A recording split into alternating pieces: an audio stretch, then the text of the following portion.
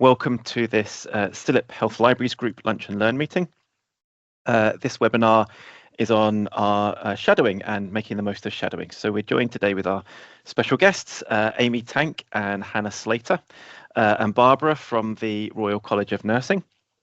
And they're going to give us their different perspectives on how shadowing has worked for them. Before we do so, I'm going to give you a little bit of introduction to our shadowing network, which is our scheme to try and get people, back into the habit of doing lots of job shadowing, which fell off a little bit during the pandemic. But we've reintroduced this network to try and kickstart things once again. So, as I mentioned, during the pandemic, naturally, shadowing kind of fell by the wayside. And whilst there are different networks around the country, we thought as a group, a SILIP group, that we might try and kind of join some of those networks together with the aim of sort of supporting professionals to learn and grow and share innovative practices amongst those networks. So networks, and obviously the pandemic, it gave us webinars like this and kind of that sort of hybrid approach to working.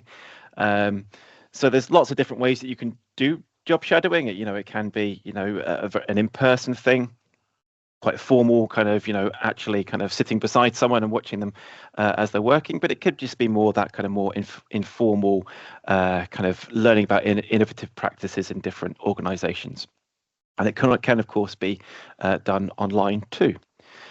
If anyone's doing SILIP professional registration, then of course criteria 3 is that wider professional knowledge. So job shadowing is a really great way of of ticking that box and learning from different sectors and different groups. So as I've mentioned, we've launched the HLG shadowing network. You don't have to be a SILIP member. You don't have to be a member of SILIP Health Libraries Group in order to participate in the shadowing network. However, our network does broadly exist on the Health Libraries Information Services directory. And to be on the directory, you of course need to be aligned to some sort of health sector. So bear that in mind if you're looking through our network and on our web pages. So to support people to actually get the best out of shadowing, we've put together some guidance for people doing the shadowing and for our shadowing hosts too.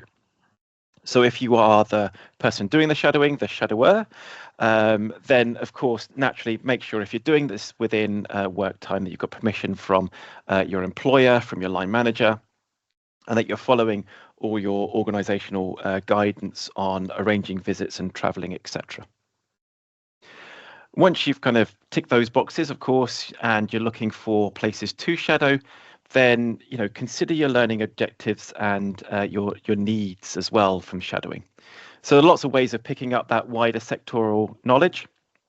And shadowing is just one of those things. So why would shadowing meet those needs versus attending a webinar or doing some professional reading or what have you? So if you're going to be approaching a host, then share your learning needs, share your objectives, do a little bit of research into the organization, the person, the types of roles that and practices that maybe they are doing that you want to learn from. Perhaps you're considering launching a service that this particular organization offers, and therefore you might want to go and speak to the people responsible for that service. So if you're doing that, share that with the person you're looking for. Make that connection then to make it really clear, just for both of you, how you're going to get the best out of that shadowing experience. Naturally, consider how far you're willing to travel as well. It might be that you've got a really good network around you, but maybe to reach that learning objective, maybe you might need to travel a little bit further. So considering all those sort of logistical things as well. And if maybe you can't make the time to travel, or maybe it's too far, then again consider other options too. So these are some of the considerations that we have. There are more on that website, and hopefully that QR code will take you to that particular page if you're looking for guidance as a shadower. If you're our host, of course, then once that person makes that connection with you, carefully consider the request. Consider your existing kind of workload, priorities, etc., and respond accordingly to the person making the request. If you're able to facilitate that shadowing, then again, just consider their accessibility requirements, any reasonable adjustments that might need to be made. And if the person doing the shadowing hasn't shared those, again, in line with any kind of good practice of people visiting, then just ask those questions. Make sure that you, of course, share the logistics in terms of dates and times and all that sort of stuff as well. But there will, of course, be some times when perhaps you can't do the shadowing for whatever reason. So if you can't, then maybe you could use the Health Libraries Information Service Directory to maybe see if there are other people around. Maybe other peers within your network might also be able to help that person. So again, just as we have the guidance for our shadowers, we also have guidance specific for people looking to host shadowing too. And again, that QR code on the website will be able to take you to that guidance. And of course, if you're then actually making that kind of, looking to do the shadowing, then please go onto the Health Libraries Information Service Directory. That QR code will take you there. And if you are a library, if you're responsible for a library, or you think shadowing would be a really great thing for your organization to take part in, then there's instructions on how to join the network through that QR code too. So I've mapped on the right-hand side on this map here all the different libraries so far part of that network. So if you're joining us from Northern Ireland, from Scotland, well, we'd love to see you there as well. There's some, we've got a rich seam of libraries through central England, but there's some sort of gaps in central Wales, southwest, northeast, northwest, etc. So if you're joining here today on that webinar and you are from a library in those sectors, in those areas, then we'd love to hear you. So please do consider joining up. And indeed, an organisation that has joined up is the Royal College of Nursing. So without further ado, I will stop sharing and I will pass over to the more interesting people, Amy, Barbara and Hannah. I feel like you've massively oversold us there. So yes, hello, I am Amy Tank. I'm the Information Skills Manager at the Royal College of Nursing, and I'll let Hannah introduce herself. Oh, hello everyone. I am Hannah Slater. I'm the Customer Services Information Specialist at the Royal College of Nursing. And Barbara, if you want to introduce yourself as well. Hi, I'm Barbara. I'm a second year part-time Library and Information Studies student at UCL, and I recently completed my work placement at the Royal College of Nursing Library. So you will be hearing from all of us this afternoon. So it's kind of just giving an overview of the various shadowing and placements that we've supported at the RCN, our approach, what we've learned, and then Barbara's experience as well. So I'm going to do the Hannah, next slide, please.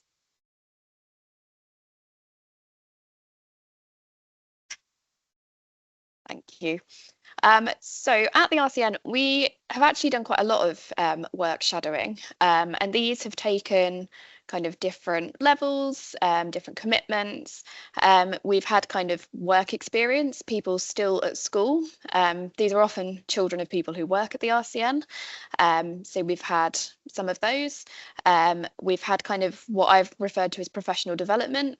So staff already working in libraries wanting to learn kind of more specifically about what we do at the RCN.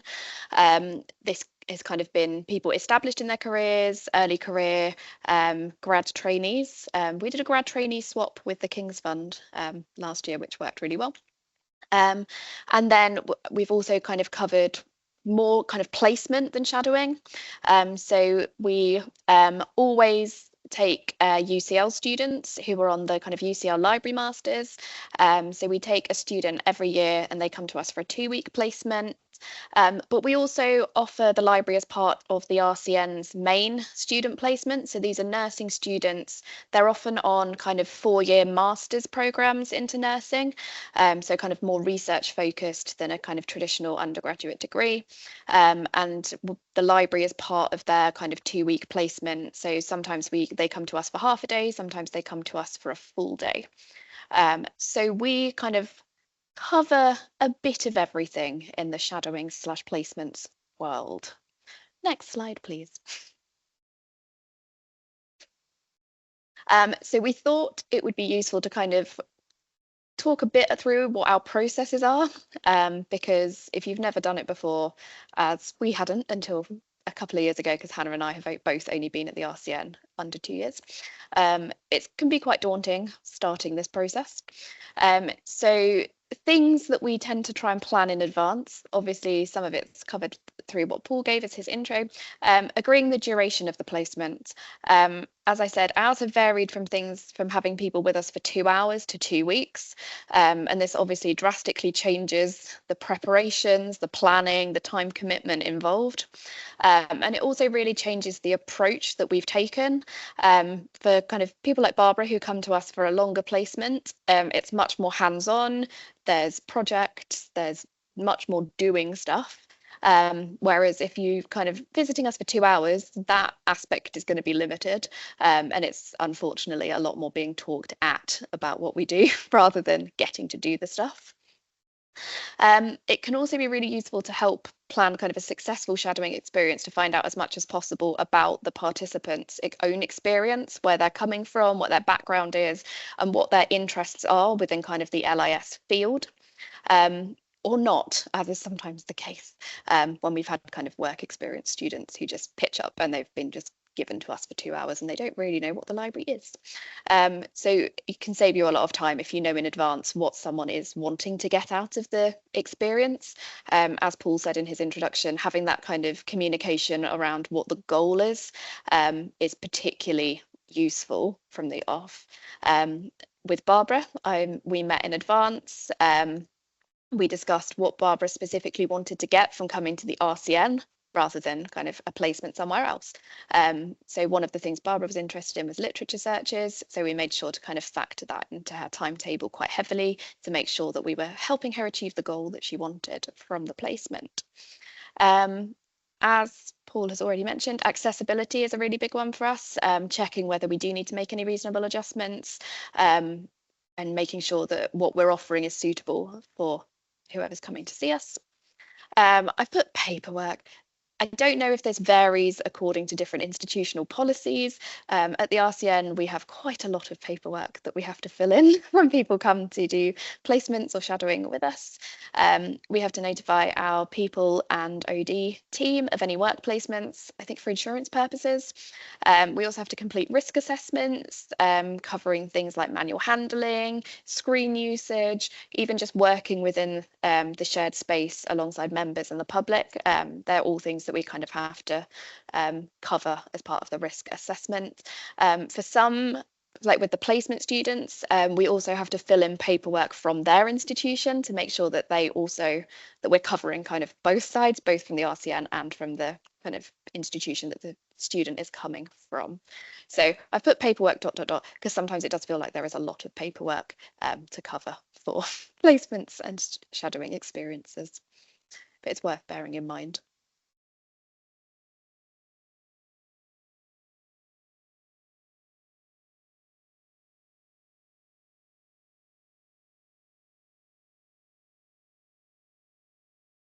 Just realised that was Amy cueing me for my turn. Apologies.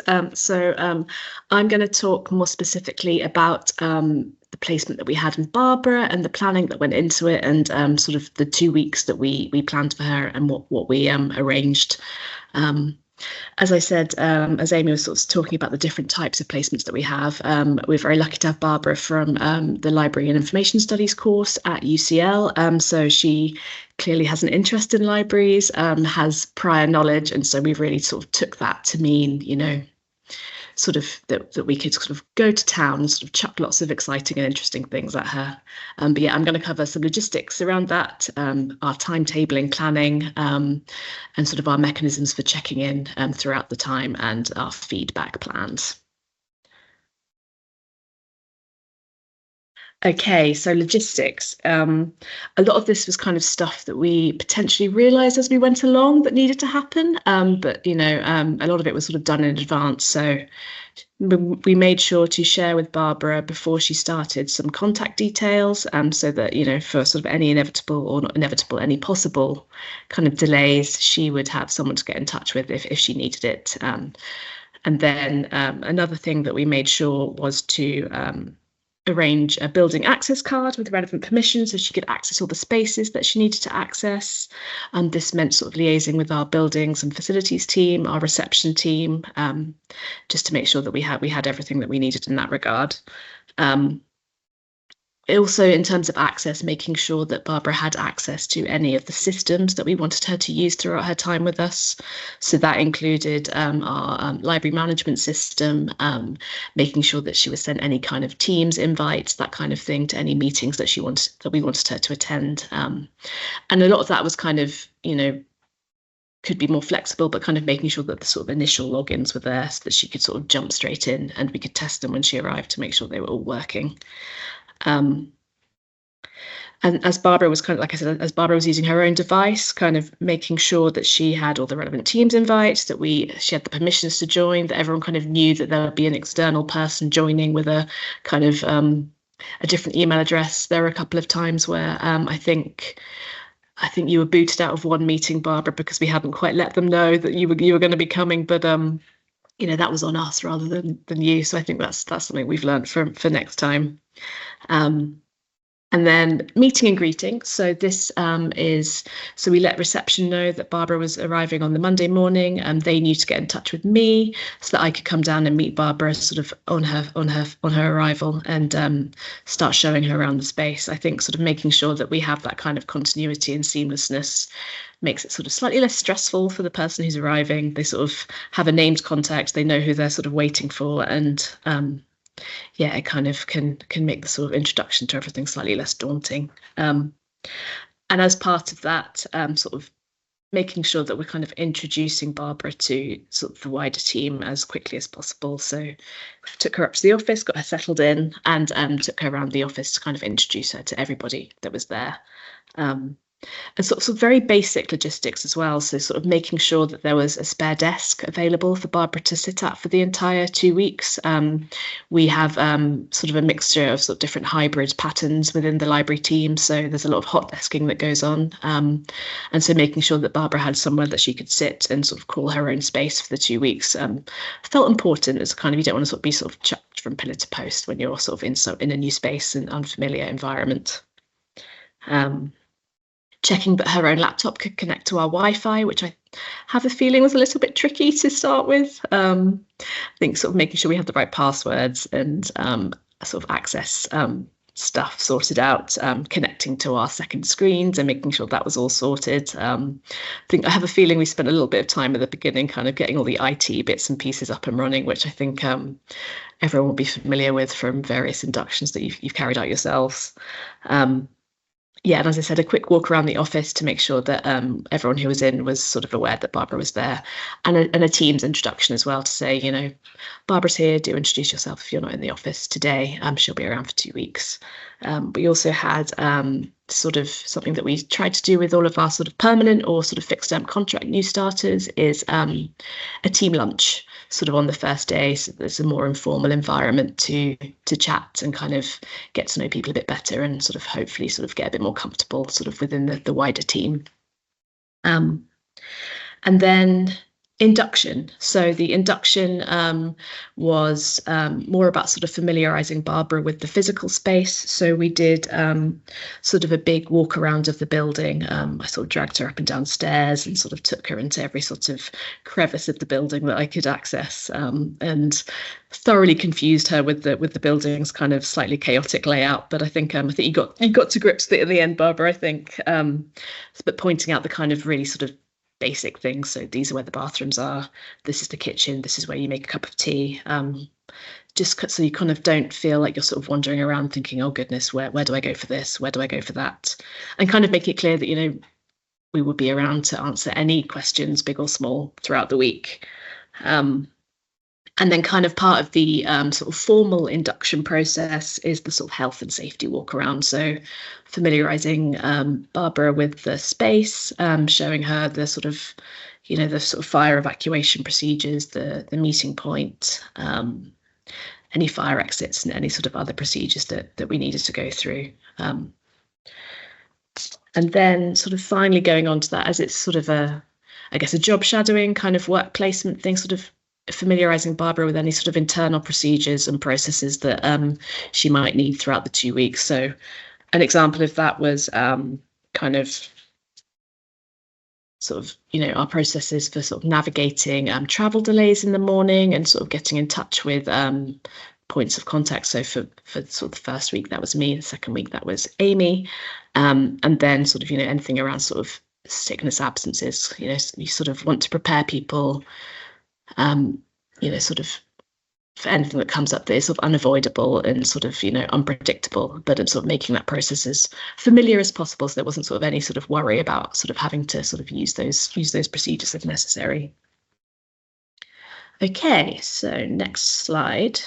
This is the fun part. We spent a lot of time color coding this and sort of trying to jazz it up, but this was the timetable. I think for us, the most important thing was making sure that there was a full timetable. And because, you know, it's a 2-week placement, just sort of making sure that we covered everything that Barbara wanted to cover, and sort of also got in some bits where we could sort of use her to support some of our ongoing projects as well.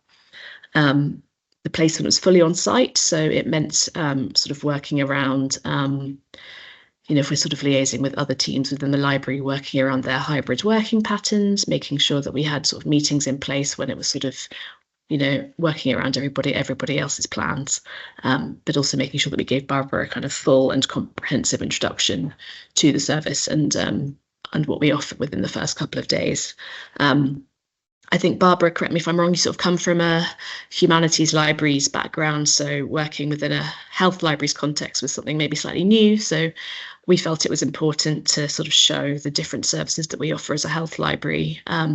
So part of that was, you know, sort of the health specific, nursing specific literature searching, lots of the sort of work that Mighty and the customer services team does on the front line with member inquiries around sort of the databases and the searching techniques that we use to find resources for members.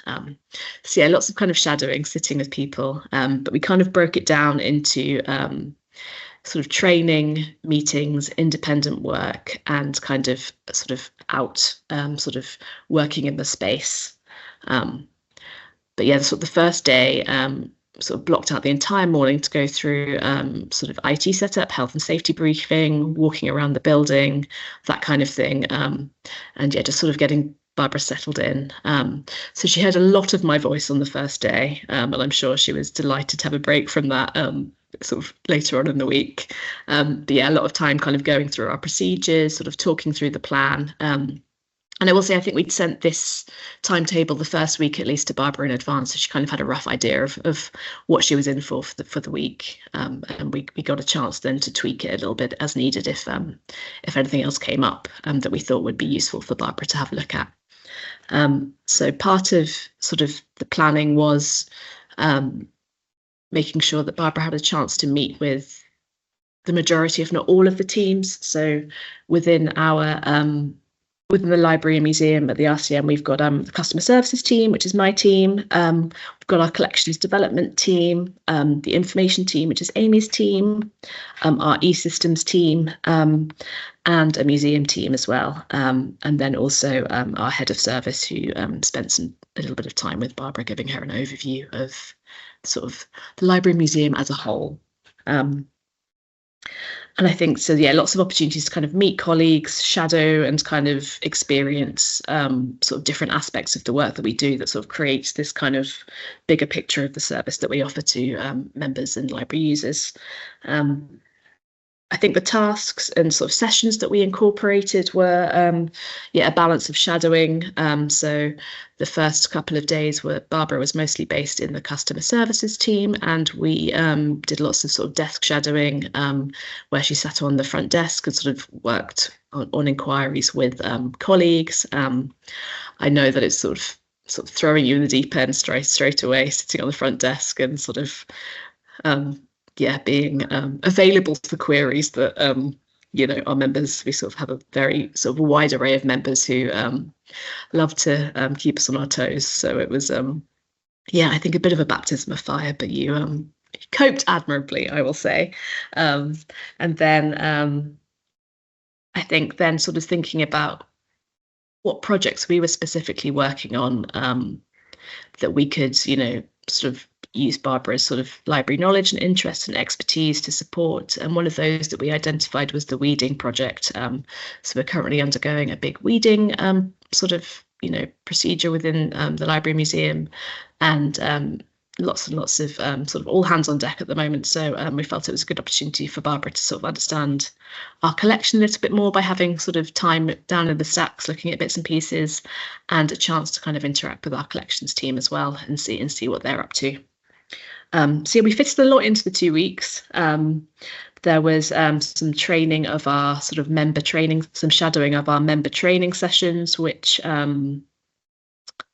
obviously very sort of health focused and sort of teaching our members to kind of information literacy skills that I think our team does very well, and kind of really supports members at sort of all levels of expertise and learning sort of journeys. And then the big thing that Barbara wanted to focus on was literature searching. So we made sure that there was lots of time to sort of have training of that with Amy, and then sort of on the timetable you can see sort of the purple blocking out bits is where Barbara got a chance to sort of be let loose on a literature search of her own. And then the second week I think was slightly less sort of rigidly timetables, just because we had sort of more opportunity to continue the literature searching and then work on the individual project work, which was the benchmarking, which Amy will talk about later. So I will not reveal that now, but so lots of project work as well in the second week. I think next slide. Okay. So one of the things that I think we felt was really important was sort of maintaining a level of communication throughout the couple of weeks that we were there, that Barbara was with us. So at the end of the first week, we arranged a check-in to make sure that we could kind of review how the first week had gone, see if there was anything that Barbara had kind of picked up on that she would like to kind of focus on more in the second week. And at that point, we introduced a project that she could work on for the second week. I also think it's really important to make sure there's a mechanism for feedback at the end of the placement. Obviously, positive feedback is wonderful and, sort of validates everything and sort of, makes us feel good about ourselves, but actually for it to be a sort of productive and kind of useful exercise, sort of encouraging, every part of that feedback is important. So sort of areas that we could improve on for future placements, and sort of taking that forward and seeing how we can incorporate that into any shadowing and placement that we have in the future. So I think next slide is the projects. Amy. Yeah, so you can kind of see that we tried to give Barbara as much experience as possible, but for kind of whenever we've had shadowing or placements, we've tried to incorporate even tiny mini projects, so that they're not just being talked at the whole time. So Barbara completed an amazing benchmarking report for kind of online self-supported resources around information literacy, which is kind of a project that my team are going to be taking forwards, and it has saved me a huge amount of time that Barbara has helped me go out and find great examples or less great examples of those types of resources. So it was such a big help. Previous kind of placements and shadowing, we've also kind of done reviews of the library website, and that was again a UCL student last year. Kind of they looked at things like terminology that we were using. Does it all make sense? Is it easily accessible to all our members? The structure of the website, is the navigation straightforward? Is the layout does it make sense? And kind of, again, benchmarking against other institutions.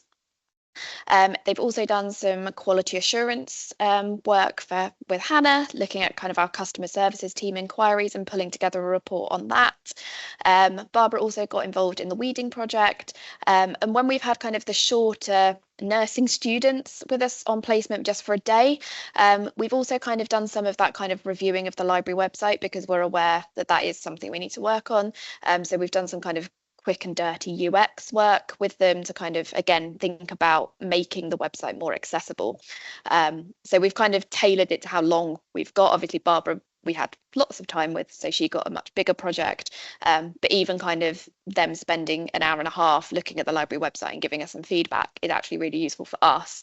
And they get a chance to kind of write a mini report. It's a good learning experience for them as well. Next slide.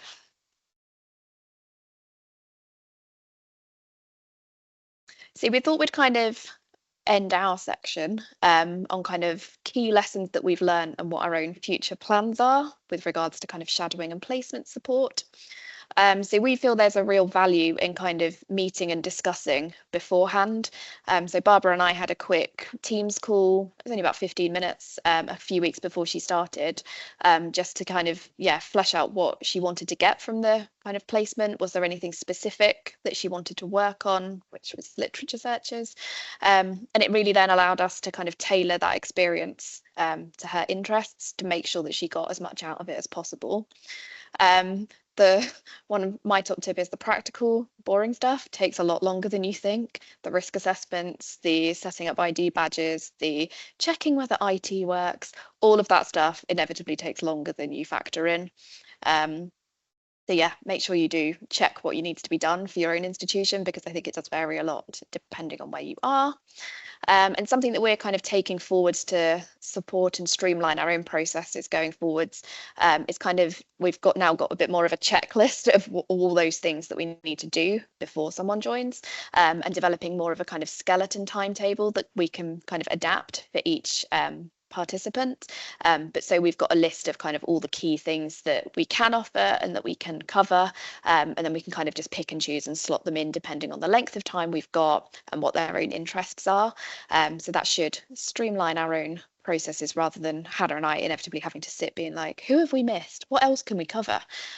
We've kind of collated that all together now from this experience to make it much easier going forwards. And if we hand this over to someone else going forwards, it's in a bit more of a robust state. They won't be starting from nothing. And I think that's the next slide then. And now we're going to hand over to Barbara to kind of give her side of the story. Thank you very much. Yes, like has been mentioned, I'm a UCL student just finishing my second year of a part-time Library and Information Studies degree.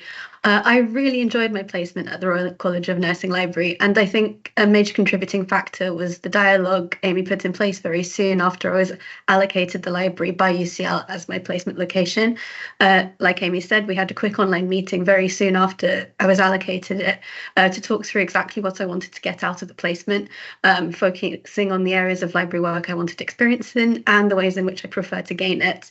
As a part-time student already working in a different library field, that meant I felt really welcome and able to drill down into the specifics of what I wanted from the 2 weeks based on what work experience I felt I was missing even a taste of up to date. To that end, when I actually started on the placement, I really appreciated being able to help with projects that could benefit the library to some degree. I especially like being able to contribute to the research project on benchmarking the self-guided tuition, because I don't often get to produce reports like that in my own workplace. Doing this research also allowed me to learn more for myself about the ways self-guided learning works, the combinations of platforms, the different audiences, and the way that could vary from library to library. The library I currently work at is quite small and has a limited web presence, seeing what the RCN library had already produced and what comparable libraries have online, it really helped to flesh my understanding out of information literacy and research support roles and the ways the web can help with that. In addition to time spent on the research project and on learning about literature searching, I really like being able to help out with the reading project, and the scheduled time I had that to talk with basically all members of staff in the library and museum, and the ability to shadow numerous meetings. It helped me understand how the institution worked overall, but it also meant that I felt very welcomed and like I was part of the library for however short a time I was there.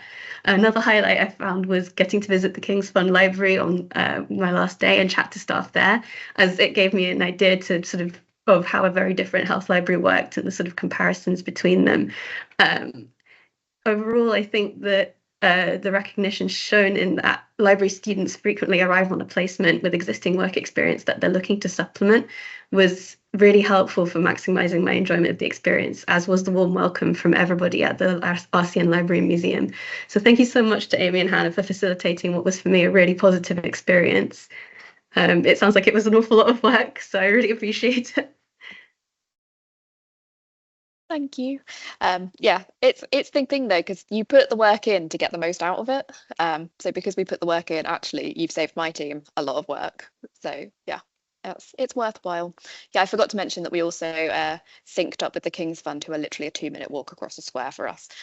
So we often swap placement students or shadowing, just to kind of we work in similar health related fields, but we do very different things, just to kind of flesh out and offer more of a comparison. So yeah, if you do have any other services that are nearby, it might be worth also reaching out to them to kind of offer as full an experience as possible. I'm lucky that I pop over there quite a lot anyway, so we've got quite good working relationships, and I think that is kind of us. Yes, so yeah, we will open up to any questions. Thank you so much. First, huge thanks to all of you, Amy, Hannah and Barbara. That was so interesting, and it's really nice to get that kind of rounded view of, like you said, all the work that goes in on both sides to make shadowing and placements and work experience a great experience for everyone. We've got some questions in the chat, so if you do have a question that popped into your head whilst you were listening to the presentation, please put it in the chat, or you can put your hand up if you want to ask Amy, Barbara and Hannah directly. I'm just going to kick us off with one that sprung to mind for me when I was listening to you all, which was, we often think of shadowing as like a one-way street in terms of CPD, and that it being something for like the shadowee to learn from. But Amy and Hannah, I wonder whether from your experience of hosting placements and shadowing, what have you learned, or what is it kind of what has been the kind of developmental parts for you? I love okay. Hannah and I are in the same room, so we have to be very strategic with our muting. I love getting fresh pairs of eyes on stuff. So one of the things that Barbara did with us, so she joined my team, we had like a mini planning morning, and it's so good having someone external come in and question why you're doing stuff, or what does that actually mean. So having someone who's external and fresh and new but really engaged is super helpful in terms of service development. Yeah, I would second that. I think just having somebody, especially Barbara, who is from sort of the library course, obviously studying sort of up-to-date bits and pieces at the moment, just gave us a real chance to kind of pick her brains and see if there's anything within our service that perhaps we were getting a little bit complacent with or hadn't thought about for a while, and maybe there's some sort of new bits of sort of practice that we could implement in our service. And I think actually sitting down and having to explain things to somebody who doesn't sort of work within our institution can sort of be like, oh, actually, why do we do it like that? Or, what is it that we can clarify about that to make it clearer for anyone that we're kind of introducing to our ways of working in the future? So, yeah, I think on occasion it can be a case of kind of learning that as you go, but it's useful to kind of be aware that there could be points at which you realise that actually what you think is a very clear procedure might not actually be that clear, It's definitely always helpful to have those fresh pair of eyes and someone to just ask the question sometimes. I've definitely found from my experience of hosting trainees and shadowing placement students that it also helps, sometimes the feedback you get about the experience helps you think about your induction processes as well, and helps to kind of refine those for any new starters. So yeah, there's plenty of opportunity for learning on both sides. Thank you. So one of the questions that someone said in the chat, so you've talked about kind of the fact that you've done placements of different lengths. I think, Hannah, you were talking about the logistics. So what's kind of the difference in the logistics that you might plan for a much shorter placement that's like half a day or a day as compared to something like the 2 weeks that you were planning with Barbara? That's a really good question. I think the difference would be that, so for a 2-week sort of long placement, we want to give them that kind of experience of sort of working there as much as we can. So kind of, in terms of sort of exploring the building by themselves, having access to different parts of the building, sort of using our systems as if you are kind of a full-time permanent employee. I think the sort of shorter placements, it is a lot more kind of, we are sort of much more hand-holding, and we are often just sort of, scheduling kind of opportunities to chat with people. So in terms of the logistics, you probably don't need to arrange an access card. They probably will already have one if they're sort of, part of a wider. So in our institution, we often get sort of people for a day who are already doing a longer placement, so they would already have access. But if it's an external person who is just coming for a day, you probably wouldn't need to worry about kind of the sort of the access requirements. There might not be any need to set up like logins, that type of thing. I think we'd always have a timetable that we can share with them, just because it's good to kind of know what they're in for the day. And I think the thing that would sort of be, I guess, the same across sort of the longer and the shorter term placements is that involvement from the wider team and kind of getting people to kind of meet as many people as possible. So the timetabling logistics similar, but in terms of kind of the background setup, maybe there's less required. Brilliant. Thank you so much. Can I just jump in and add something? Oh yeah, go. Just kind of some of the practical stuff of like building tours, fire safety, all of those things, regardless of how long they're with you, you kind of have to do. In terms of kind of some of the IT side, if they're kind of just watching you, they obviously don't need the setup of all of that. And the building tours are less essential because on a shorter placement, the odds are they're going to be with someone all the time. Whereas Barbara, we kind of let do independent work because good God, that would be exhausting if she had to sit with one of us for a solid 2 weeks. So she did much more independent. If someone's with you for kind of a half day or a whole day, you're not going to need as much of the kind of building tours or that side of it, but you will still need like where are the fire exits and what to do if you suddenly are unwell on the morning of, those kind of stuff, the kind of practical things. You still need some of it, it's just the scale of it is smaller.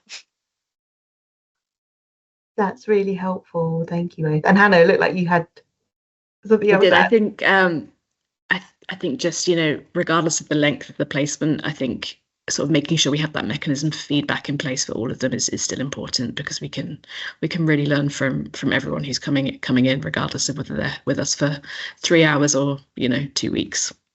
Yeah. I can see that there's like questions flooding in now.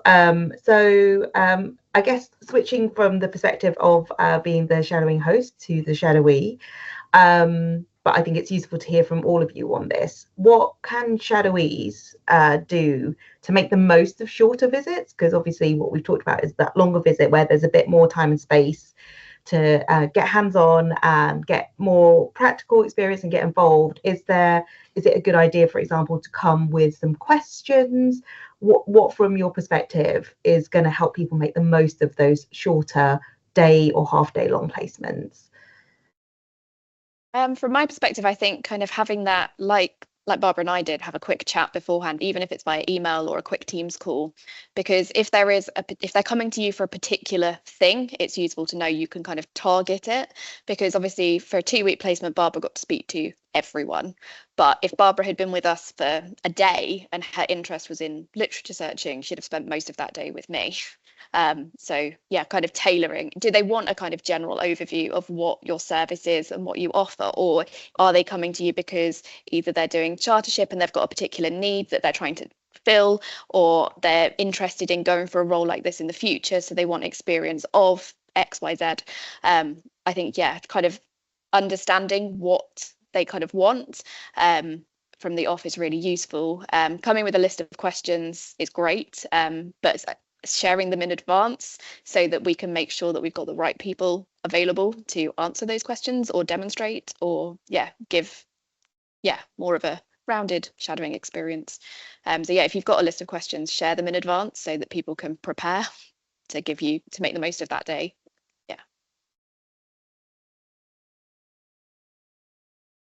Thank you. And on the subject of questions, do you have sort of like some recommended questions or a template for the kind of questions that you might ask a shadowee when you're kind of doing that initial chat with them to kind of really figure out like what they want from a placement? I think when I've done it before, it's kind of a bit more of a casual chat. But obviously things like, do you have any kind of requirements accessibility wise, is always vital. Kind of, is there a particular area that they're interested in or that they would like, even if, because they might not know everything that we offer, but is there kind of something that they've identified in their own experience or work that they're missing? Because again, we can try and find it, or if not, signpost them somewhere else if we're not the right person for it. What else do we cover? Even the practical stuff we did a bit, Barbara, didn't we? Like, what time do you want to start? Do you want to work 9 to 5? Are you able to come on site? Kind of, yeah, the kind of boring logistics are quite useful at that stage, because if we'd have said 9 to 5 and Barbara was like, actually, I can't start until 10, that's an important thing for us in doing all of our preparations. So yeah, some of the kind of practical stuff. Do you have your own device? Are you able to bring it? Because I noticed there was another question about IT. We have struggled with that in the past, so we asked Barbara to bring her own laptop. We have day logins to some of our resources, which we used for Barbara, because last time trying to get the IT side set up was quite tricky. It was a lot more effort than we'd think it was worth. So we kind of did workarounds.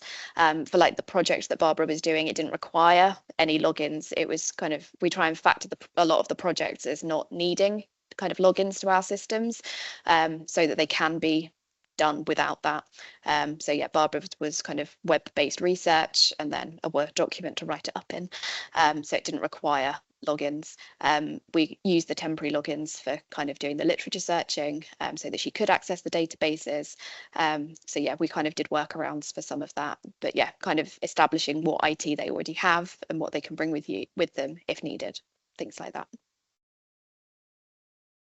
Yeah, the IT can be quite tricky. So I think, yes, sometimes you have to kind of do a mix of just demonstrating stuff, especially if you're looking at those kind of shorter length placements, which are just a day or half a day. But yeah, it's tricky because every organization has got its own particular kind of standards that they want to kind of apply. Definitely where I work, we regularly have short placements, not only in the library team, but across some of the other teams as well. So we have generic logins set up for people in those placements. So it might be worth, if you are thinking about having regular placements, speaking to your IT team about that, and then having the relevant like security permissions set for those things, because obviously that's what IT teams like to think about. But yeah, it sounds like having someone bring their own device in with a workaround is something that might be worth thinking about. Someone's asked if shadowing can include a practice interview situation followed by feedback. They've noted that this would be really helpful when they're thinking about moving from one library sector to another. I think this is a really interesting question. Before I hand over to our panelists, just wanted to point out that there are some other networks out there that offer practice interviews. So if people haven't heard of them, Earl, who are an early a network for early career librarians, they actually offer practice interviews where you can say like, this is actually the job I'm applying for, and they'll put together a panel for you of volunteer interview panelists. But has this ever come up for you guys in any of your shadowing requests? I don't think specifically it has, but I think I wouldn't be averse to doing it. I think, if it's something that people would find useful as part of the procedure, then absolutely. But it would obviously be something that maybe we would talk about in advance, make sure that we had something set up and that we could kind of make sure that it was valuable for them. I think we have a graduate traineeship scheme at the RCN, and as part of that, we offer kind of interview and kind of application advice. So it's not something that we're unfamiliar with as a library, but sort of within that work placement setting, I don't think it's come up. But yeah, certainly something that we could incorporate if it was of interest to our placement students or participants. Thanks so much. There's a question about kind of when people have come to shadow for CPD purposes, how they manage to make it work in terms of logistics with, like, do they take annual leave, or how is it arranged at their end? From my experience, it's been a mix, and it really depends on, like, the person's employer and their line manager and what is kind of the CPD offer at that organisation. What has been your experience? So I've done a couple of these, and every time it's been in their work time. So the employer has released them for a half day or a whole day as part of the CPD. I think for some of those, it's because the formal CPD avenues aren't necessarily available because of costs, things like that. So actually traveling locally and spending a day, half a day, is useful and more cost effective. So yes, a lot of people have been able to swing it that way. Yeah, and I don't know if you remember, but at the top of this session, when Paul was talking about how the HLG shadowing network works, that's one of the reasons why we say, like, to speak with your line manager when you're organising a shadowing placement, because that's kind of where you figure out the logistics of that and whether you have to use leave or it can be part of, like, your CPD time within your own organisation. And speaking of the shadowing network, there's quite a lot of interest in whether there's a CILIP-wide shadowing network, because of for ease for people to kind of be able to find shadowing placements and access shadowing for their own CPD purposes. So we set up the HLG one to be specific for health libraries, but across different sectors. So it includes things like academic libraries who have an interest in health, NHS libraries, and also libraries who are kind of outside that broad umbrella of health libraries, like the RCN and the King's Fund are. We're kind of like a little bit on the fringes. So there's lots of things, places like Royal Colleges and voluntary organisations that also work in this health and care space. So it is multi-sector, but obviously focus on one particular type of library in terms of the subject sector that we cover. I'm not aware of any CILIP-wide ones. Is anyone else on our panel? No. So it might be one to contact CILIP centrally about. But I would encourage people to use the HLG shadowing network. Everyone who has signed up to the shadowing network, they're open to shadowing. So that if you are approaching those individual libraries, that they are definitely up for it.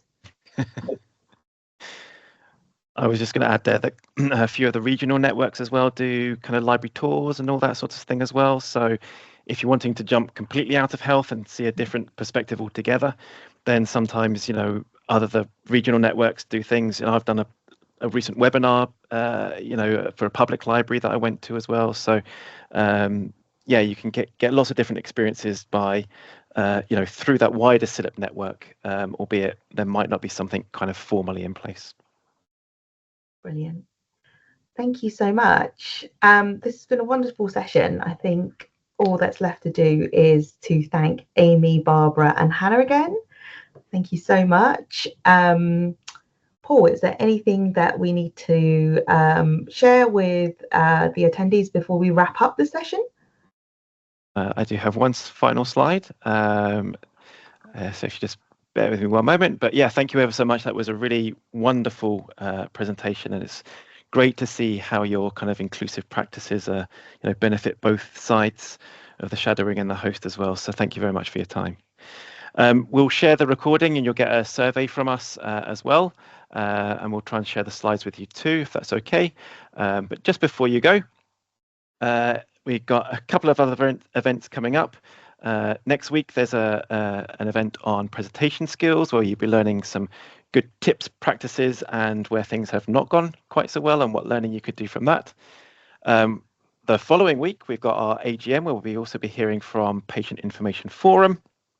And just a reminder as well that the International Congress of Medical Librarianship is in Glasgow next year. You can go to our siliphlg.com website and you can register your interest. And our call for presentations and abstracts is currently live and will end in July. So if you're interested and you're doing some research, maybe something on shadowing, I'm sure we'll be really glad to see some submissions there. But other than that, thank you so much for coming along, and thank you very much once again to our presenters.